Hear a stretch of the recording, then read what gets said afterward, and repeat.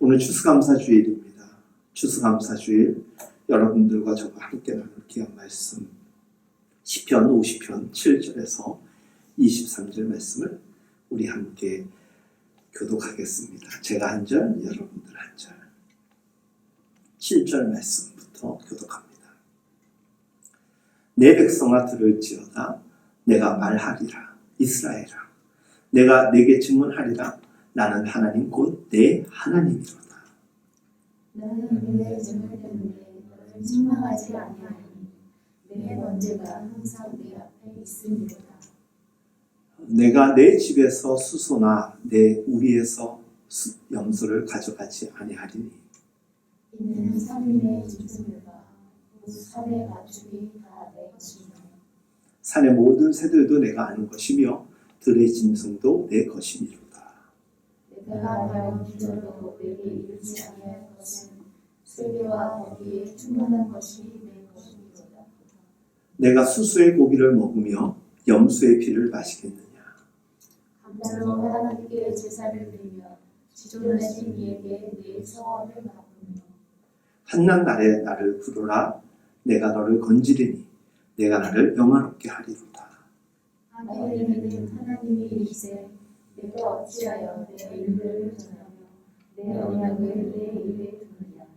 내가 교훈을 미워하고 내 말을 내 뒤로 던지며 모두들 문즉 그와 연합하고 가능한 자들과 분노가 되며 내 입에서 내 입을 악에게 내어주고 내 혀로 거짓을 꾸짖며 앉아서 내 형제를 공격하며 내 어머니의 아들을 비방하는도다.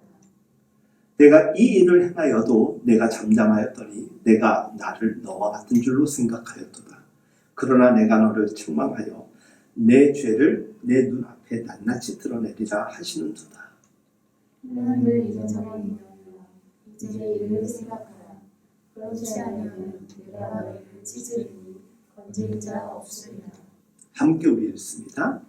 감사로 제사를 드리는 자가 나를 영화롭게 하나니 그의 행위를 옳게 하는 자에게 내가 하나님의 구원을 보이리라. 아멘. 오늘은 감사 없는 감사라는 제목으로 하나님 말씀 증거하도록 하겠습니다. 오늘 우리가 이 감사절기를 맞아서 함께 보게 될 시편 50편은 크게 두 가지 메시지로 기록되어 있습니다. 시편의 하나님은 특별히 시편 50편 1절에 보면 하나님 스스로가 당신을 소개합니다. 특별히 6절 말씀을 보니까 하늘이 그의 공의를 선포하리니 하나님 그는 심판장이심이로다. 하나님이 누구라? 심판장이라는 거예요. 하나님이 재판하는 재판장으로 스스로를 이야기하시는 것입니다. 여기에서의 심판장은 최후의 심판을 의미하기보다는 이 땅을 살아가고 있는 백성들의 오늘을 이야기하는 것입니다. 오늘을 하나님과 동행하며 하나님을 믿는 하나님의 살아계심을 인정하는 자들에게는 하나님과 살아가는 의식, 인식이 있어야 한다는 것입니다. 우리가 세상에서 죄를 지으면 즉각적으로 그거에 대한 평을 받지 않습니까? 우리가 하나님을 인식한다면 하나님이 우리를 바라보고 계신다는 것. 너무나 학천적으로 우리가 신앙을 동행하고 축복하시는 의미만 생각하는 문제가 아니라 우리가 하나님 앞에 온전히 서지 못했을 때 하나님이 우리에게 심판을 통하여서 벌을 주시고 응당 아픔을 주실 수도 있다는 것을 생각해야 되는 것입니다. 재판하고 심판하는 분이 누구시다? 하나님이라는 거예요. 그런데 그 하나님이 재판하고 심판하되 어떻게 하시는지에 대하여 성경은 해 돋는 데서부터 해 지는 데까지 세상을 다 부르셨도다. 재판을 하시는데 온 세상이 하나님의 심판의 대상이라는 것입니다. 예외가 없다라는 것입니다. 온 세상 하늘과 땅의 증인으로 부르셔서 하늘과 땅이 모두 보는 가운데서 재판한다라는 것입니다. 무엇을 재판한다는 말씀입니까? 오늘 읽지는 않았지만 50편 4절 말씀에 보면 하나님이 자기의 백성을 판결하시려고 누구를? 자기의 백성을 판결하시려고 위 하늘과 아래 땅에 선포하셨다라고 전합니다. 하나님이 재판장으로 앉으셔서 자기의 백성을 심판하시고 재판하신다는 것입니다. 재판하고 심판하는 대상은 두 개입니다. 그 두 대상이 무엇인지 오늘 말씀을 통하여서 여러분들과 함께 나누고자 합니다. 첫째는 7절에서 15절 말씀, 그들이 드리고 있는 제사. 예, 하나님께 제사를 드리고 예배하는데 그 제사, 그 예배를 하나님이 심판하신다는 것입니다. 우리말로 바꾸면 하나님께서 예배에 대하여서 재판을 하신다는 것이 첫 번째 시편 50편의 메시지라면, 두 번째는 16절부터 22절 말씀에 그들의 행위에 대한, 그들의 삶에 대한 재판을 하시겠다는 것입니다. 그리고 22절, 23절 말씀은 그 내용에 대한 결론이자 요약된 부분인 것입니다. 여러분, 여러분들의 예배, 여러분들이 구약시대로 얘기하면 제사를 하나님이 재판, 심판하신다는 것이에요. 무엇을 재판, 심판하시겠습니까? 하나님이 그 언약 백성들의 삶을 보시면서 이 두 가지를 판단하시는데, 첫째는 예배요, 둘째는 삶이라는 것이에요. 그런즉 우리는 예배와 삶에 있어서 하나님 앞에 바로 서야 되는 것입니다.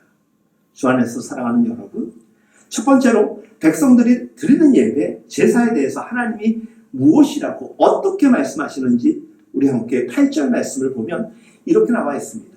나는 내 재물 때문에 너를 책망하지는 아니하리니 내 번제가 항상 내 앞에 있음이로다. 이해되십니까? 하나님께서 우리의 재물, 우리의 제사, 우리의 예배에 대하여서 재판하시고 심판하시는데, 기록된 말씀에 이렇게 나와 있어요. 내 재물 때문에 너를 책망하지 않겠다라는 거예요. 그 이유가 내 번제가 늘 하나님께 내 앞에 있기 때문이라는 거예요. 자, 달리 이야기하면 이런 게 되겠죠. 우리가 제사와 예배로 따지자면 이 자리에 참석하고 있는 육신이 있습니다. 그리고 우리는 감사의 예물로 하나님께 올려드립니다. 마음을 드린다라고 하나님께 기도로서 고백합니다. 이것이 우리가 하나님께 드리는 제물이라는 거예요. 하나님께 마땅히 드려야 될 것, 눈에 보이는 것들 잊고 올려드린다는 것입니다. 그래서 그것 자체로는 내가 너희를 어떻게 하리지 아니하리라, 책망하지 않겠다는 거예요. 왜? 참석했잖아요. 그런데 오늘 여러분들에게 두 가지, 하나님께서 심판장이요 재판장으로서 우리에게 대하는 두 가지의 대상이 있는데, 그 첫 번째가 예배라는 거예요. 그렇다면 예배에 무엇을 하나님께서 재판하고 심판하시겠다라는 것입니까? 차라리 시편 50편 말씀에 오늘 너희에게 칭찬할 것이 있다. 누가? 하나님이. 좋은 얘기일 것 같죠. 그렇죠? 잘하고 있다라는 것 같죠? 근데 심판이요 재판장이라고 이야기하는 그 자체가 하나님의 경고요, 하나님의 마음 아프심이 담겨져 있다는 것입니다. 그 제물과 번제가 항상 하나님께 드려지고 있기 때문에 책망하지는 않겠지만, 그래서 늘 양들을 그리고 가축들을 끌고 와서 하나님께 예배드리고 있기 때문에, 지금도 하나님 앞에 예배하고 있기 때문에 책망하지 않겠지만, 도대체 무엇을 책망한다라는 것입니까? 사실 그들이 제물을 가지고 와야만 하나님의 만족이 있고 또 인간들처럼 배가 부를 수 있다라면 우리의 드림으로 우리는 족할 것이고, 하나님은 우리를 책망하실 이유가 없을 것입니다.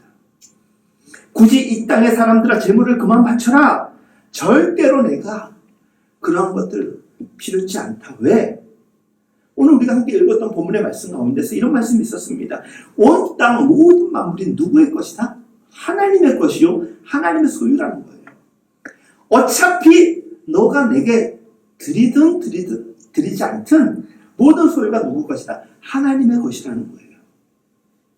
백성들에게 드리라 말라 하실 이유가 아무것도 없는 것이고, 또 그들은 제물과 번제를 항상 주님 앞에 가져왔기 때문에 책망하지 않습니다. 이들이 드리는 제사에 그렇다면 문제가 무엇이었을까? 오늘 14절, 15절 말씀을 우리 함께 보도록 하겠습니다. 14절 말씀에 이렇게 기록되어 있습니다. 감사로 하나님께 제사를 드리며 지존하신 이에게 내 소원을 갚으며 하는 날에 나를 부르라, 내가 너를 건지리니 내가 나를 영화롭게 하리로다. 이스라엘 백성들이 드리는 제물에 유일하게 하나가 문제되었다라면 감사가 빠졌다라는 거예요. 감사. 우리의 마음은 여기서 잠시 혼동이 옵니다. 내가 이 자리에서 하나님께 예배드리고 내가 하나님께 제물과 예물을 올려드리는데 그래서 그 마음이 감사라는데 감사가 빠졌다라는 거예요. 헌금 봉투에 감사란 말을 써서 하나님께 올려드립니다. 기도 내용 가운데 하나님 감사합니다. 감사라고 고백을 하는데 정작 그 마음에 감사가 빠졌다라는 거예요. 쓰고 있는 감사, 말하는 감사가 아니라 마음의 중심에 있는 그 감사가 없다라는 것입니다. 하나님께 제물을 드리고 하나님께 예배를 드리고 있는데 예배를 예배되게 하는 가장 중요한 핵심 요소 하나님을 향한 감사가 우리의 예배 자세 가운데 빠져있고 우리의 예물 가운데 제물 가운데 빠져있다는 것이에요. 의례, 습관적으로 당연하게 여기는 그 모든 것들이 하나님이 보시기에는 진정한 신실함이 없다라는 것입니다.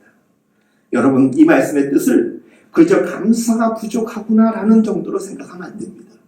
이렇게만 생각하지 말고 좀 넓게 더 깊이 스스로를 생각하며 봅시다.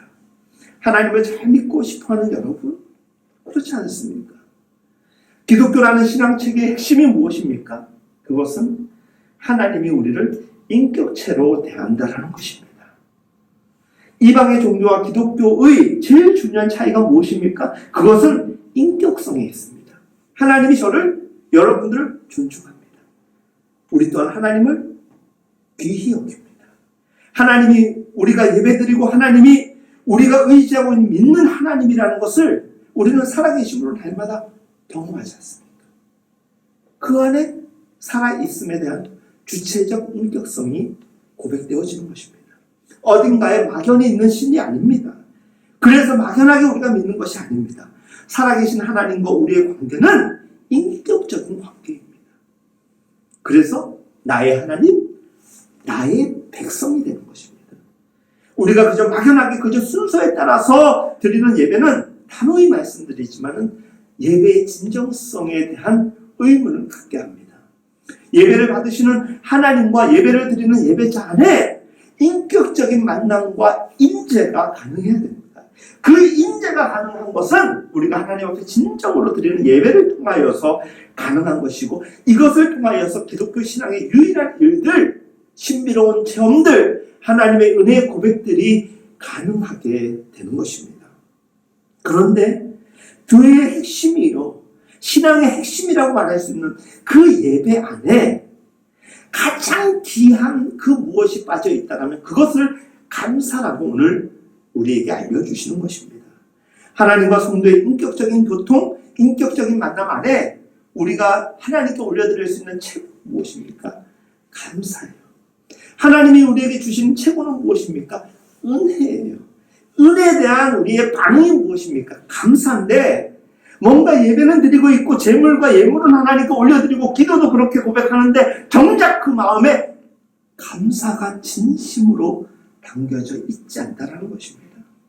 그저 예배를 형식적으로 드렸다고 해서 감사의 제사, 감사의 예배가 끝나는 것이 아닙니다.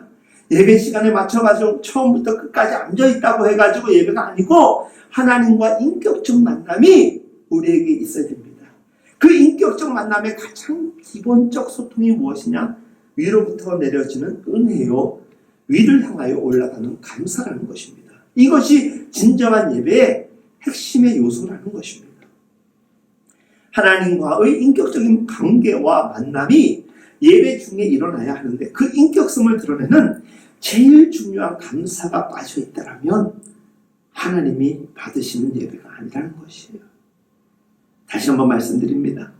형식의 틀 안에 들려지는 음성으로 들려지는 그 감사 안에 우리가 적는 그 감사라는 표시 안에 우리의 진심이 들어가 있다면 문제가 될 일이 없겠지만 진정한 감사, 그냥 한 해 하나님 잘 지내게 해주셔서 감사합니다 이 정도가 아니라 날 구원하신 주 감사, 구원의 의뢰로부터 시작되는 삶의 전방위적인 모든 감사가 하나님께 올려져야 되는 것입니다. 감사는 예배와 제물과 예물의 핵심인 것입니다. 지난날 이스라엘이 드리는 제물과 감사에는 그 감사가 빠져있다는 것이에요.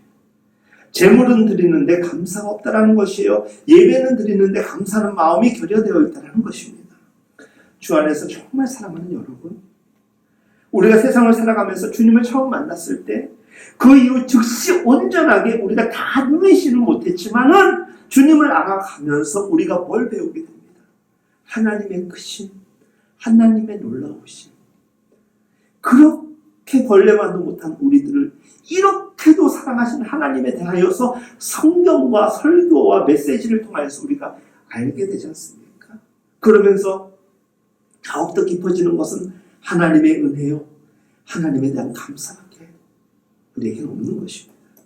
주님이 우리의 생애 가운데 찾아오셨을 때 처음 주님을 만난 그때로부터 하나님이 우리를 사랑하는 줄 알았지만 그토록 정말로 우리에게 이토록 사랑하시는 주는 요한복음 3장 16절 하나님이 세상을 이처럼 사랑하사 어떻게 이처럼 독생자를 이 땅에 보내주셔서 우리의 죄를 사하시기까지 내지신 십자가를 지신 예수님의 그 십자가 사건만큼 그처럼 이처럼 우리를 사랑하신다는 것입니다. 그것이 언제부터 시작되었다? 만세 전부터 시작되었다는 거예요. 어머니의 모태에서 만들어지기 전에 우리라는 존재 자체가 그 어머니의 모태 속에서 착상되기도 전에 하나님이 우리를 통하여서 그 은혜와 사랑을 허락하여 주셨다는 것을 우리가 신앙을 통하여서 깨닫게 되는 건 아닙니까? 그리고 그 사랑을, 그런 진실한 사랑을 깨닫게 될 때 비로소 우리는 자유케 되는 거예요. 요한복음 8장에 진리가 너희를 자유케 하리라. 세상으로부터 여러분들 자유해 주셨습니까? 여전히 세상에 발목 잡힌 것이 무엇입니까? 우리가 좋아하는 그 무엇이 하나님보다 더 귀하다면 그것이 우리를 발목 잡는 것입니다. 우리가 자유해졌다는 것은 세상의 그 소유로 인하여서 우리가 불행하거나 불평하거나 원망함이 아니라 하나님이 허락하여 주신 그 은혜로만으로도 우리는 이미 족한 인생이 되었다. 거기에 우리의 명예와 우리의 부와 우리의 무슨 자랑거리가 더해지면 그것은 하나님을 향한 감사의 거리지 내 자랑이 되어서는 아니 된다. 그럼에도 불구하고 감사. 그래서 순교자들은 죽음의 자리에서도 기쁨으로 하나님을 찬양하며 하나님 나라를 소망할 수가 있었고 한란과 어려움 속에서도 포기하지 않는 믿음으로 이 땅을 살았던 믿음의 선진들도 그 은혜와 감사가 있었기 때문에 살아갈 수 있었던 것입니다. 그것을 깨달았을 때, 그 은혜를 경험했을 때 진실로 자유해지는 것입니다. 그런데 여전히 하나님 안에서 나로부터 자유해지는 은혜를 경험하지 않으면 예배로부터 먼저 시험 들고 무너집니다. 예배가 귀한 줄 모릅니다. 감사보다는 불평과 원망이 더 많습니다.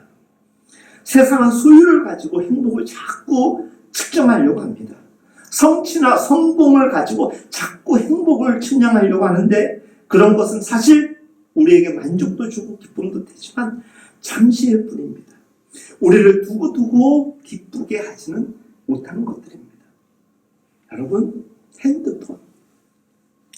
제가 설명을 위해서 스마트폰을 일부러 오늘은 정장마이에 넣고 왔어요. 스마트폰. 제가 좋아하는 핸드폰 에모사에서 나온 아이들 폰입니다. 이 크기가 너무 좋아서 요즘에 제가 이거보다 더 새 것도 많은데 일부러 이 폰을 씁니다. 6년 되었는데. 근데 이거에 필적할 만한 놀라운 핸드폰이 지금 나왔어요. 11월 14일 엊그제 발매가 되었어요. 살 생각은 못하고 제가 12시 자정 땡 할 때 그걸 봤더니 30분 만에 다 동이 났어요. 제가 만약에 거기 덤볐으면 쿠 11 거기에서 판매되는 걸 건질 수 있었는지는 모르겠지만 너무 사고 싶어요. 너무 갖고 싶은데 여러분들 그래봤자 6개월이고 그래봤자 1년이에요. 시간 지나면 또 새 폰이 나와요. 그럼 누군가가 새 폰을 가지고 있으면 그거에 또 시기 질투하는 게 누굽니까? 우리입니다. 영원한 게 없습니다. 잠시 잠깐 두고두고 우리에게 기쁨을 주지를 못합니다. 하지만 하나님은 오래전부터 지금까지, 만세 전부터 지금까지 변함없이 우리를 사랑하여 주시기 때문에 우리가 받는 은혜는 변함없고 깊은 사랑인 것입니다. 그렇기 때문에 우리가 하나님께 드릴 수 있는 이 은혜와 사랑은 하나님을 향한 최고의 것일 수밖에 없는 것입니다. 여러분들에게 그 최고와 그 사랑이 있습니까? 왜 여러분들에게 그 최고와 그 최선의 사랑이 있어야 되느냐? 하나님이 우리를 그렇게 사랑하셨기 때문입니다.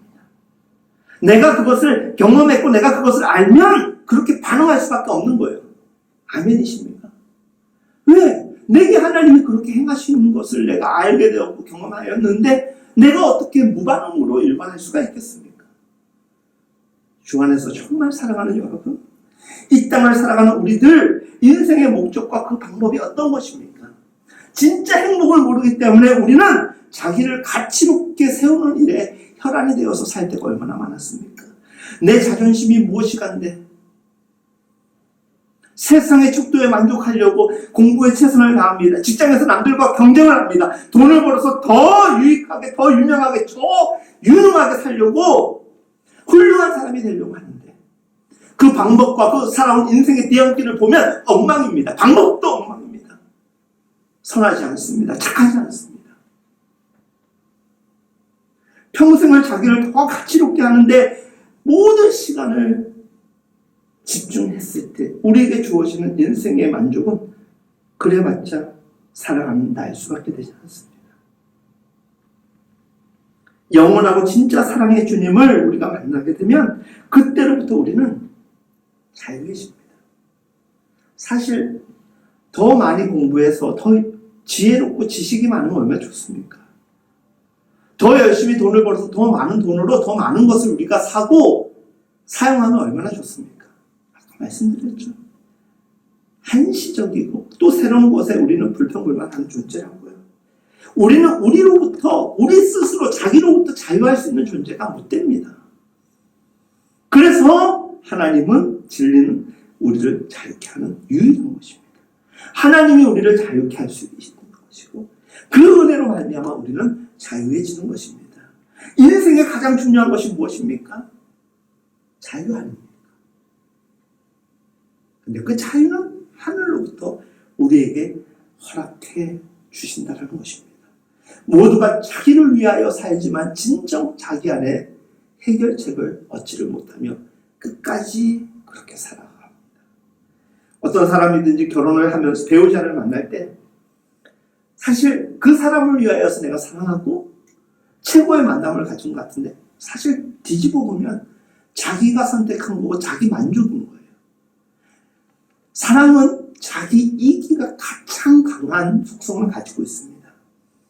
우리 모든 사람들, 모든 인생이 다 똑같습니다. 자녀를 기르고 그리고 자녀를 양육하는 부모를 봐도 자식의 참된 만족과 행복보다는 자기가 원하는 것, 자기의 만족을 위하여 자식을 돌보는 가정들을 많이 보게 됩니다. 우리들의 삶에 진실한 하나님의 사랑을 만나게 되면 그로부터 자유해진다는 거예요. 자식도 인격체로서 존중을 하는 것이고 저에게 허락하신 하나님의 섭리를 인정하고 그것을 위하여서 최선으로 도와주는 것입니다. 나를 더 가치롭게 하는 일에, 나를 더 보람되게 하는 일에 힘쓰는 것이 아니라 예수님처럼 이타적 삶을 통하여서 나아가는 것이에요. 내 삶을 더 좋은 것으로 치장하고 만드는 것, 그 욕구로부터 우리가 점점 멀어질 수 있는 유일한 방법, 자유케 하는 것, 하나님께서 주신 은혜로 가능한 것이에요. 아직 저는 좀 멀었지만은 그래도 하나님을 믿고 목회자로 살아가면서 여전히 제 욕망이 많지만 포기되어진 것들이 더 많은 것 같습니다. 혼자 기도하면서 생각을 해봅니다. 내가 이것마저도 놓지 않았다면 나는 끝없이 포로된 자로 살아갈 것 같은데 그렇게 욕심이 나지 않아요. 예전만큼. 그리고 앞으로 더 기대가 돼요. 더 세상으로부터 자유로워질 것 같아서 더 하나님에 대한 은혜가 더 기대가 됩니다. 모든 것을 가진 자보다 더 많이 가진 참 부요와 그 은혜를 알게 되면서 저는 하나님의 신비를 경험하게 되었습니다. 하나님이 못해 주실 것이 없으며 하나님과 동행하며 내게 불평이 무슨 이유가 될 수 있을까? 사람들은 자기를 위하여 사는 것을 멈추기 시작하고 하나님과 이웃을 위하여 살아가는 것을 귀하게 여깁니다. 언제로부터? 하나님의 은혜를 경험했을 때 내가 무엇이길래 하나님이 나를 이렇게 사랑하셨을까? 그 은혜를 경험하며 감사하는 자는 이제는 누군가를 위하여서 예수께서 하나님께서 성령께서 나에게 행하신 일들을 아주 작은 손길일지라도 행하는 자가 되는 것입니다. 그런 의미에서 우리 공로, 우리의 자랑과 없지만 하나님은 우리를 예수님 때문에 죄 없다 하셨고 의롭다 하셨습니다. 하나님을 믿음의 주요 하나님으로 고백하지 않는 우리들을 변화시켜 주셔서 자녀라라고 말씀해 주신 것입니다. 하늘의 모든 부유와 존귀를 우리에게 상속해 주실 그 하나님, 그 모든 것이 은혜인 거예요. 그것을 어떻게 반응하라? 감사하라.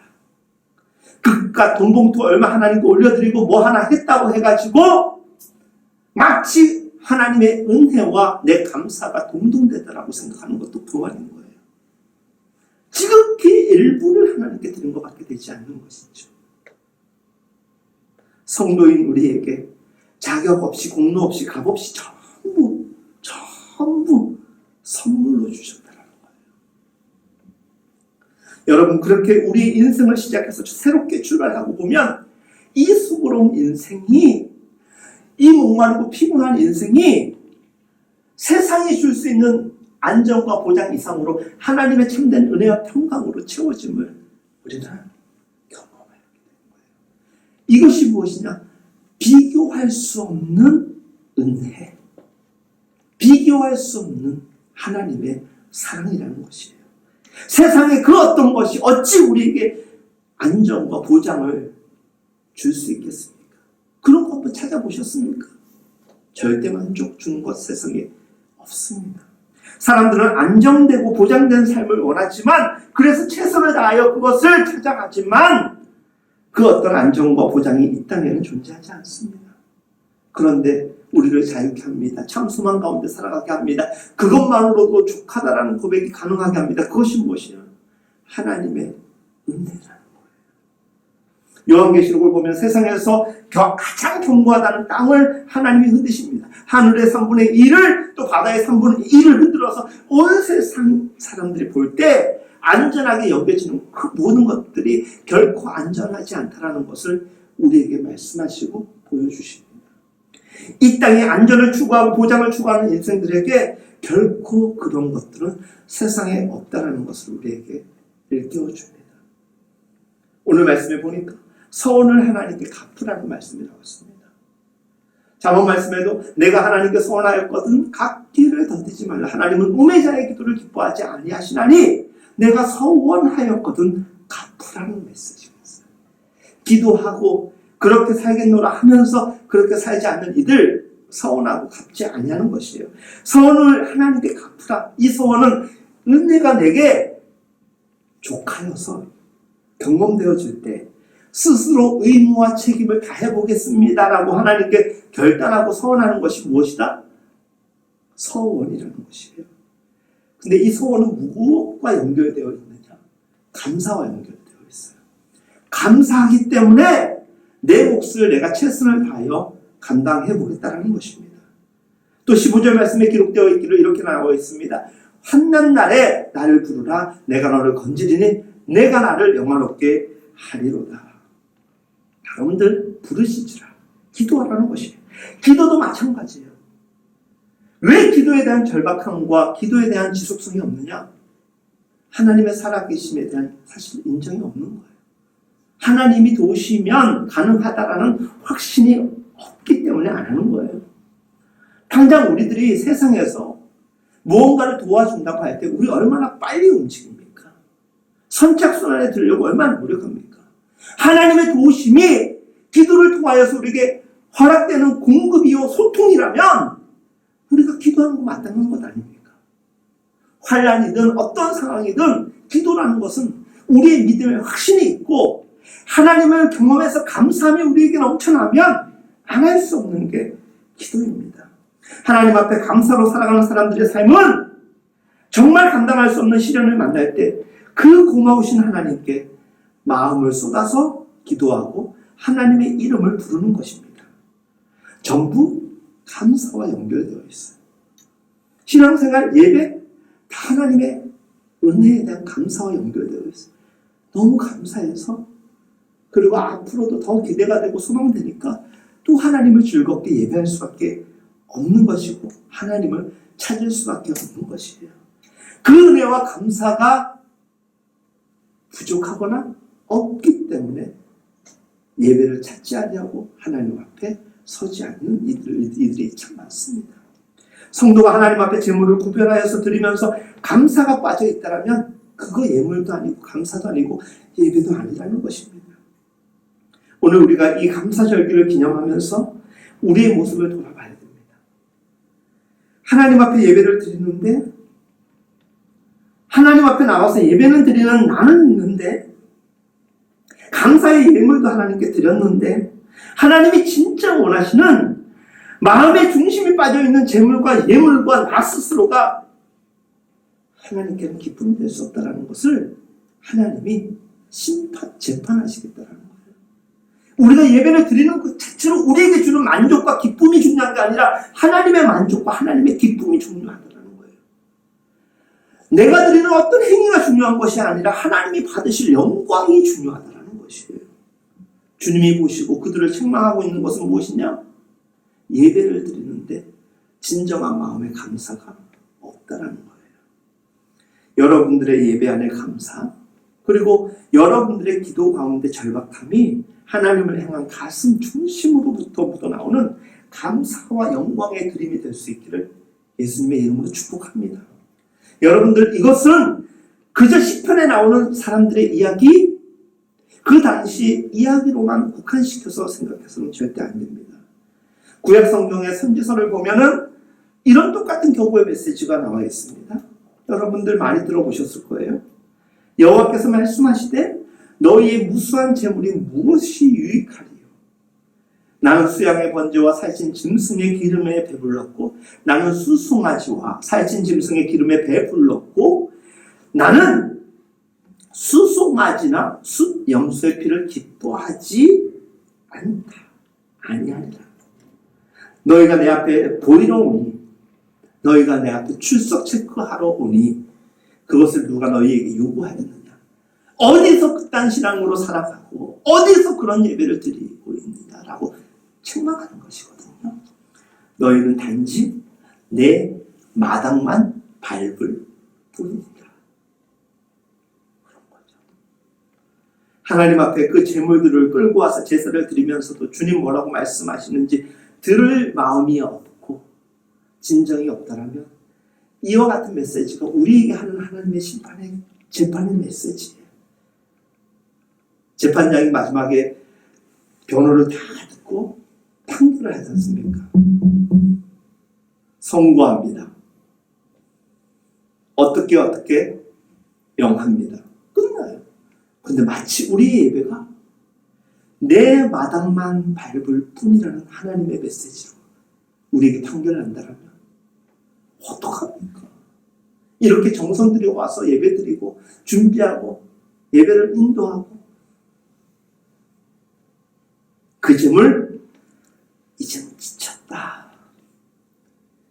이제 공화 좀 해라. 내가 그런 예배 들으려고 매번 내가 기대하고 있었는데 왜 그렇게 변하지 않느냐.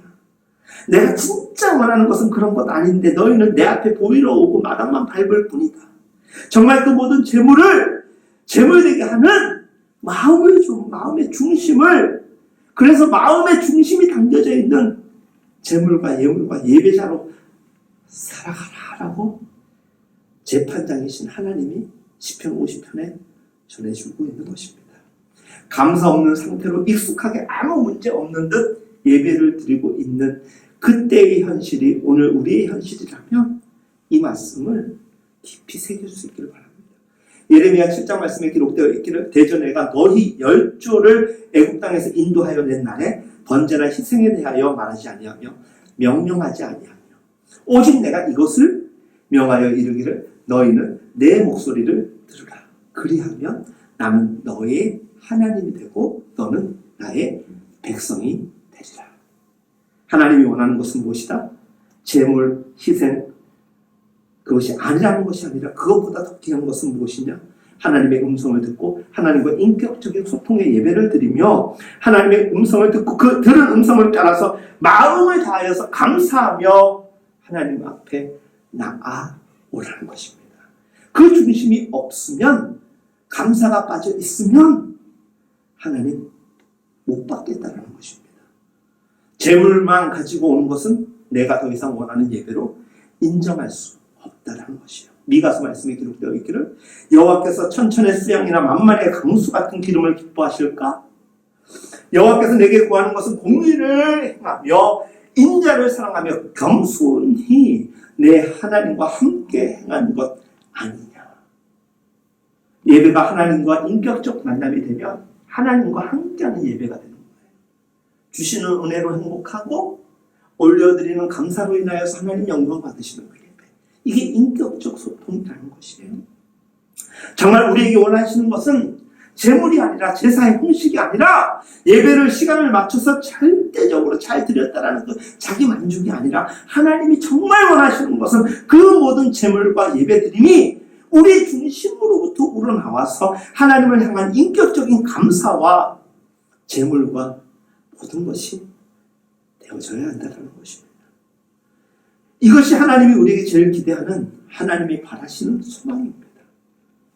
우리가 어떻게 하나님을 향한 감사가 없는 재물 드림으로 우리의 예배를 다 완수한 하나님 앞에 고백할 수 있겠습니까? 눈을 들어서 삶에 어디든지 한번 찾아보면 지천에 널려져 있는 것이 감사더라고요. 감사. 어찌 보면 우리 인생의 최고의 영적인 엑기스를 하나님께 올려드리는 시간이 예배라면 그 엑기스 중에 가장 좋은 에너지는 감사. 하나님의 은혜 아니면 내가 어떻게 오늘까지 이룰 수 있었겠습니까? 하나님의 도우심 아니면 제가 어떻게 살아갈 수 있었겠습니까? 벌써 낭만 가운데서 지쳐서 스스로 생을 끊을 수도 있었을 것이고 다 자포자기하고 콕 박혀가지고 그렇게 낙담하며 살아갔을 인생. 하나님이 우리에게 구원의 은혜를 베풀어 주셔서 그 구원의 은혜가 얼마나 크고 놀라운지 사도 바울이 말한 것처럼 이보다 더 큰 구원 없다고 했지 않습니까? 그 구원 하나로 모든 것이 다 해결되어지고 열려진 거예요. 은혜를 모르고 하나님을 제대로 믿지 않으면 그런 예배, 그런 예물이 가능하지 않습니다. 어떤 사람이 엄청나게 많은 돈을 하나님께 헌금을 하는데 어떤 사람은 동전 몇 입을 하나님께 드릴 수밖에 없어요. 근데 그는 그 어떤 세상의 사람보다 행복하고 감사할 수 있는 이유는 뭘까요? 자기의 진실된 마음에서 최선을 드리기 때문에. 세상에서 누구보다도 가장 많은 하나님께 돈을 드리지만은 그 마음이 전혀 없다라는, 그 스스로도 하나님이 주신 참된 기쁨이 아니라 자기가 좋아하는 만족이요, 하나님이 원하시는 기쁨, 하나님이 받으실 만한 영광은 전혀 없을 수 있다는 것. 우리로 하여금 하나님을 향한 중심에서부터 담겨있는 감격과 감사가 담아내지 못하면 분주함에서 쫓겨가지고 그냥 예배드리기 바쁘고 그냥 얼렁뚱땅 예배를 해치우고 가려고 하는 그런 자세, 하나님 안 받으신다는 거예요. 우리의 사역자들도 동일한 거예요. 어떻게든지 우리가 순서에, 그리고 우리가 맡은 일에 급급하면은 예배 인도 진행 온전히 하나님께 해중을 위한 서비스가 될 수가 없는 거예요. 감사는 모두 사라지고 빨리 예배 드리고 가고 싶어하는 수많은 사람들 때문에 예배 좀 빨리 맞춰줬으면 좋겠어요. 설교 좀 빨리 마쳤으면 좋겠어요. 빨리 끝내면 좋은데 그것도 탁월한 능력 없으면 못한다고 했지 않습니까? 그렇죠? 근데 일주일에 예배 드리는 시간을 따지면은 얼마 되지 않아요, 진짜. 우리가 일주일 동안 육의 양식을 먹기 위해서 드리는 시간에 말씀 듣는 시간을 한번 나눠보세요. 그 몇 프로 될까? 정말 적어요. 그 시간조차도 너무 길다라고. 살아있는 온전한 예배와 감사가 우리 시대 가운데서 온전히 드려지는 것이 결코 쉽지 않습니다. 여러분, 감사의 제목이 많음에도 불구하고 우리는 여전히 비판과 결핍 때문에 하나님에 대한 원망과 바램만 큰 뿐이지 내 믿음의 지수는 깊지 못할 때가 참 많습니다. 때로 우리가 회피해야 되고 익숙하지 말아야 될 것이 익숙함입니다. 익숙해지면은 감동과 감격이 없습니다. 처음에 결혼할 때 그렇잖아요. 당신 없으면 못 산다고 간절히 원해서 결혼을 해놓고 일단 얻어놓으니까 다 끝나는 거예요. 네? 뭐 해주기를 바라고 제 얘기하는 거예요. 여러분들 얘기하는 게 아니라 얼마나 귀한 사람을 내게 하나님께서 선물로 주셨는데 감사 다 잃어버리고 그렇게 살아갈 때가 얼마나 많습니까? 들들들들 볶으면서 자기 만족과 욕구를 채우려고 하는 삶을 살아가는 사람 얼마나 많이 우리들이 행하는지 모릅니다. 우리는 본질적으로 어머니의 모태로부터 나쁜 죄의 습관들이 있는 사람들 아닙니까? 그래서 우리가 하나님의 신령한 은혜를 날마다 공부받지 않으면 감사하는 것, 예배드리는 것 쉽지 않아요.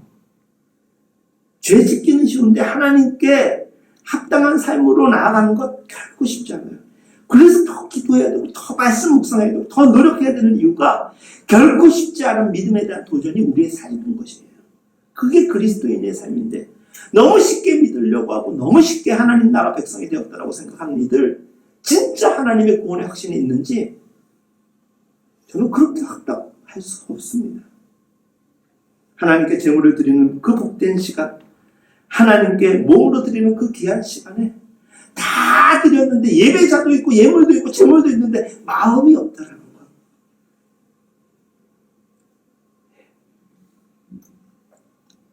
제가 교회 사역을 시작하고 예전엔 몰랐는데요. 온라인 헌금이 너무 편했어요. 그래가지고 온라인 헌금에 이게 하니까 제가 또 이 실수를 많이 해요. 우리 아내가 잘 아는데. 그래서 온라인 헌금으로 몇 달 동안 이렇게 해보니까 편해요. 근데 아주 작은 글씨로 하나님 감사합니다. 이거 적는 것조차도 온라인은 없어요. 그리고 이렇게 지갑에서 이 헌금을 떼가지고 봉투에 넣으면서 이렇게 딱 넣을 때 여러분들 그런 마음 솔직히 없습니까? 조금 빼도 되지 않았었나? 네?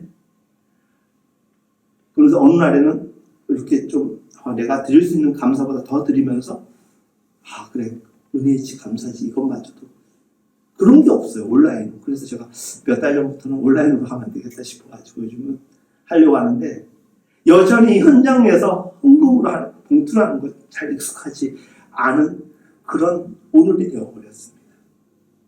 자꾸 노력해야 돼요. 마음에 써야 되고요. 우리의 기도 가운데 읊어야 돼요. 뭘? 감사를. 그러지 않으면 우리 자꾸 잊어버려요. 자꾸 퇴행되는 게 우리 삶입니다. 여러분, 입을 열면 감사나 감격이 나오는 게 아니라 쉽게 우리는 불평과 원망이 더 빨리 자주 나오는 존재들입니다. 그래서 우리의 말이나 마음의 상태, 생각의 대부분은 배은망덕할 때가 참 많아요. 망각의 영이 우리를 지배할 때가 얼마나 많은지 몰라요. 판단하고 정죄하고 분노하는 것으로 우리가 채워진 게 얼마나 많은지 모릅니다. 근데 그 중심을 열어서 모든 것을 쏟아버리고 하나님의 것으로 채워야만 우리가 그나마 숨 쉴 수 있는 은혜가 토해지는 것입니다. 어떤 이들 보면 성격이 낙천적이어가지고 긍정적이어가지고 감사가 넘쳐가지고 저렇게 신앙생활 잘한다라고 여기는 표현하는 이들, 신앙은 성격으로 사는 거 아니에요.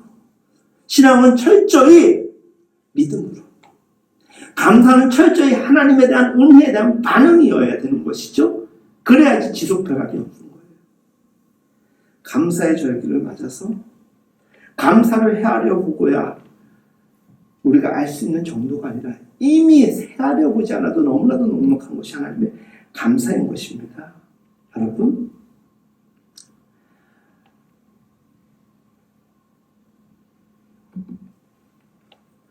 오늘 본문 원고 7절에서 23절 좀 깁니다.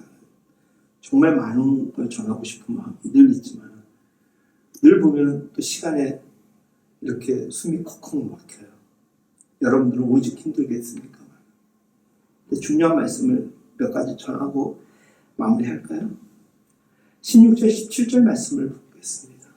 자, 악인에게는 하나님이 이르시되 내가 어찌하여 내 율례를 전하며 내 언약을 내 입에 두느냐. 여기서 악인이 누군지 아십니까? 바벨론, 애국 아니에요. 이스라엘 사람들을 향한 하나님의 표현이에요.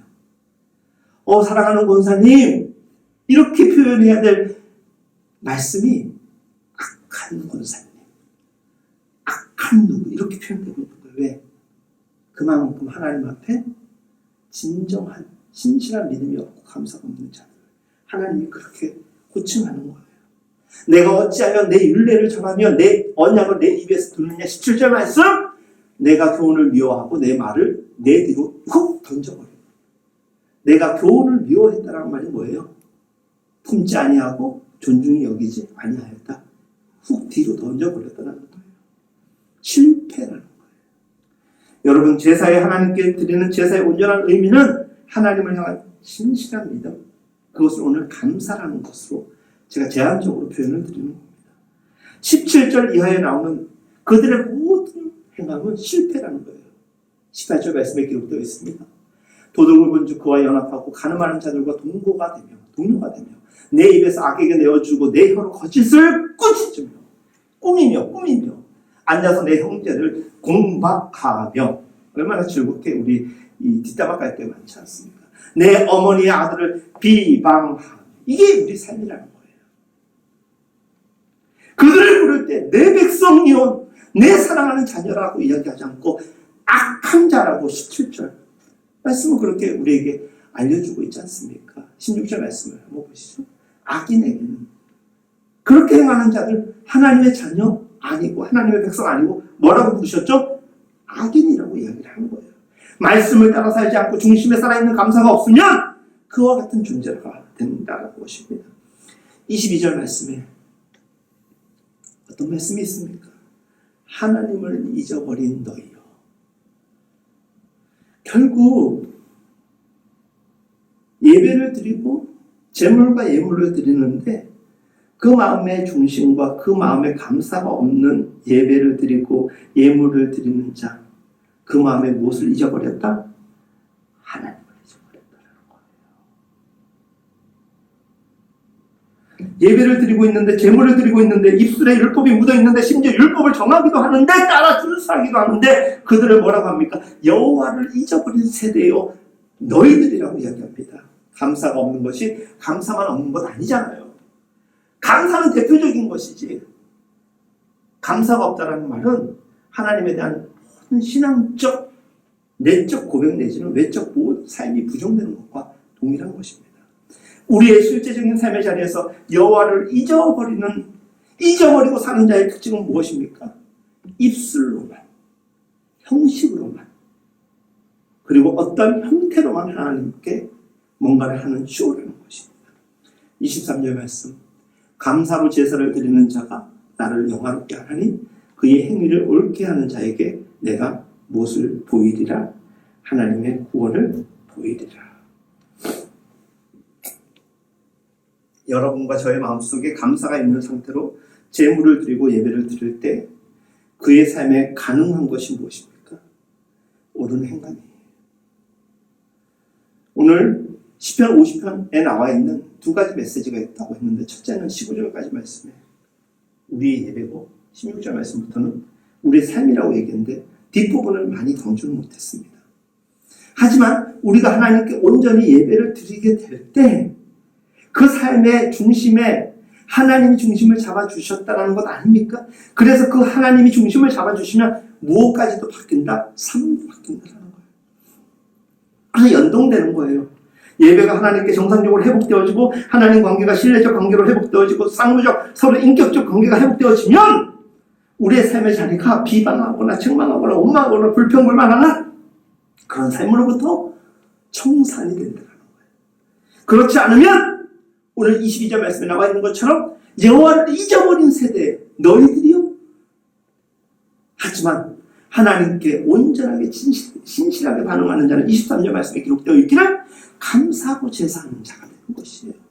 그런 자, 감사로 제사 드리는 자가 어떤 존재냐? 나를, 하나님을 영화롭게 하느니 그의 행위를 옳게 하는 자에게 내가 무엇을 주리라?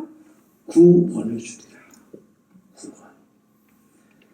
구원에 부여한 은혜, 이것을 여러분들 넉넉하게 품을 수 있기를 정말 간절히 기도를 드립니다. 오늘 여러분들 2020년 추수감사절로 하나님께 예배드리고 있습니다. 정말 감사로 하나님 앞에 나아가고 계십니까? 그 감사가 막 눈물로 고백되어져야 돼요. 그 감사가 막 하나님을 향한 들뜬 유쾌함으로 막 고백되어져야 돼요. 오늘 교회 올 때 생각하세요. 현실적으로 생각해 보십시오.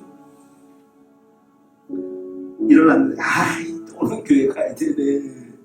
이거면 끝난 거예요. 헌금 얼마 드리면서 내가 이거 어떻게 벌었는데 이걸 드려 이러면 끝난 거예요. 네? 내가 하나님께 드린 걸 위해서 하나님 내게 주신 게 사실은 이러면 끝난 거예요.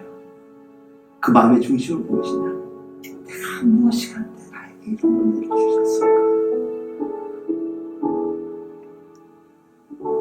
저는 정말 하나님이 좋습니다. 목사여서 좋은 게 아니라 한 사람의 인격체로서 나 같은 죄인을 대하시는 하나님의 마음이 너무 대단한 것 같아요. 내가 무엇이 한데 나를 당신의 도구로 쓰시려고 하시는 이 은혜가 너무나 독하요. 비록 지금은 어려운 때를 많이 보내고 있습니다. 여러분들과 저는, 우리 모두가. 근데 우리에게 주신 이 감사와 믿음으로 하나님은 어떻게 하신다? 산을 옮기시며 강을 내시며 길을 내시는 하나님이심을 믿으시기를 바랍니다. 아멘? 예수 산을 옮기십니다. 예수 산을 옮기시는 내 주는 능력의 주, 그는 구원의 주, 영원한 구원의 창조자, 사망을 이기시고 예수 부활했네. 다시 한번 고백합니다.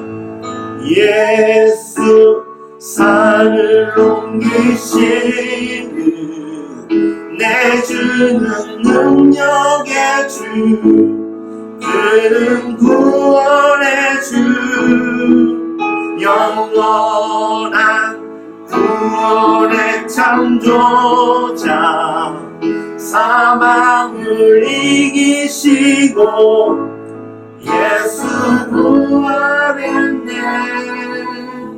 여러분, 사망을 이기시고 부활하신 이유는 나 하나님이야, 나 쉽게 죽는 그런 존재 아니야, 이게 아니라 내가 이렇게 죽었다가 살아난 것을 우리에게 소망으로 보여주시기 위함이에요. 죽지 않고 하늘로 올라가실 수도 있는 분이잖아요. 너희 때문에, 그리고 죄의 삭은 사망이기 때문에 죽을 수밖에 없는데 이렇게 살아나는 거야. 예수님이 다시 제자들에게 나타나지 않았습니까? 갈릴리에서 조반을 먹으면서 격려하고 위로합니다. 우리 같은 죄인들에게 그 은혜를 알며 어찌 우리가 감사하지 않을 수가 있겠습니까? 오늘이 추수감사절이 아니라 매일이 추수감사주일인 거예요. 아시겠어요? 이 시간 우리 다 같이 감사의 고백으로 나가며 감사의 기도를 하나님께 올려드립니다. 함께 감사의 기도